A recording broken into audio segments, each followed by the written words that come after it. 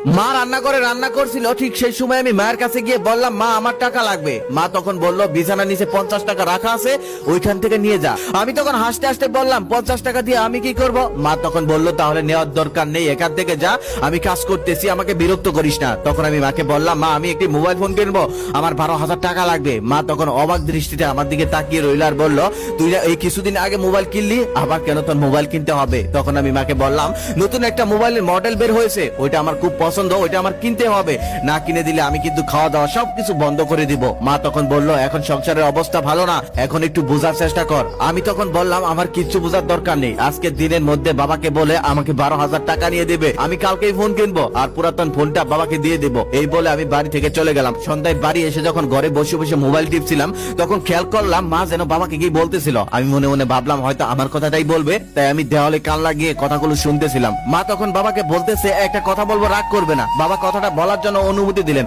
মা তখন বলতেছে, শুনেছো তোমার ছেলে 7,000 টাকা জমিয়েছে শখের মোবাইল কেনার জন্য। বাবা তখন বলল, কিভাবে টাকা জমালো, ও টাকা পেলো কই? তখন মা বলতেছে, ওই যে আমরা দেই না হাত খরচের জন্য কিছু কিছু টাকা, সেটাই জমিয়েছে শখের মোবাইলটা কেনার জন্য। তবে মোবাইলটার দাম 12,000 টাকা, আর 5,000 টাকা তোমাকেই দিতে হবে।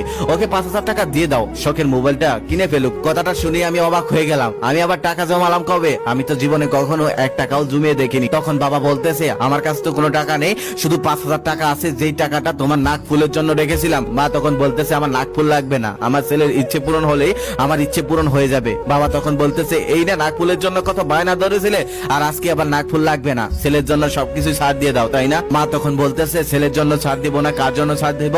আমাদের ছেলে ছাড়া আর আছে কি? ছেলেই তো আমাদের সবকিছু। পরদিন সকালে বাবা আমার মাথায় হাত থেকে বলতেছে, আমার বাবা তো অনেক বড় হয়ে গেছে, টাকা জমাতে শিখে গেছে। এই বলে সে আমাকে 5,000 টাকা দিল। আমি তখন কিছুই বলতে পারলাম না। সেখান থেকে মাথা নিচু করে মায়ের কাছে চলে এলাম আর মাকে বলতেছি, মা এত বড় মিথ্যা কথাটা তুমি কিভাবে বললে? আমি কবে টাকা জমিয়েছি? আমি তো জীবনে কখনো 1 টাকাও জমাইনি।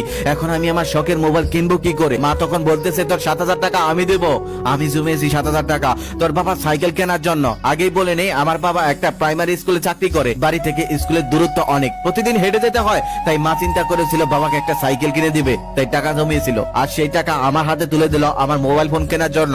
তখন আমার চোখে জল এসে গেল। আমি মাকে বললাম, মা বাবা যে টাকাটা দিয়েছে, এই টাকাটা কিসের?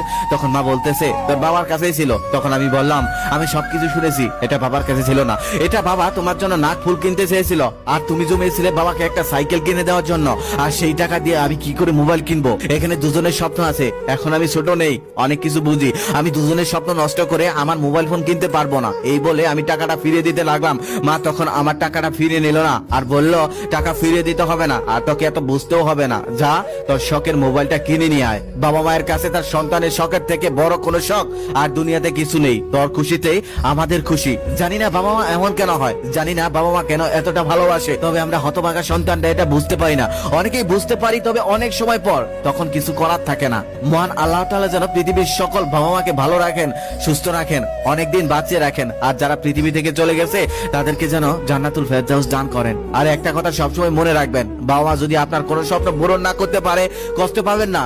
মনে রাখবেন, বাবা মার সাধ্য ছিল না, সাধ্য থাকলে বাবা মা তার সন্তানের জন্য ওই আকাশের চাঁদটাও হাতে এনে দিত।